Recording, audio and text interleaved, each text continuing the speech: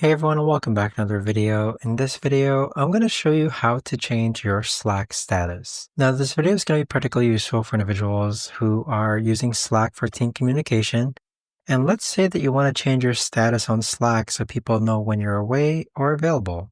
How do you actually go ahead about doing so? Now, this video is going to be short, sweet, and simple, guys. There's not going to be a lot of steps involved.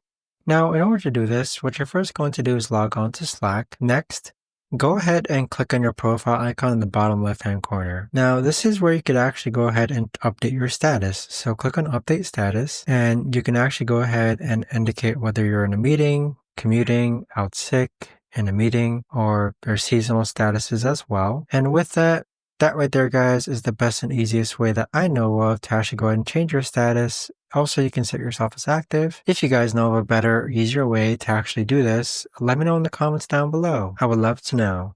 Thanks so much for watching, everyone, and I'll see you guys all in the next video.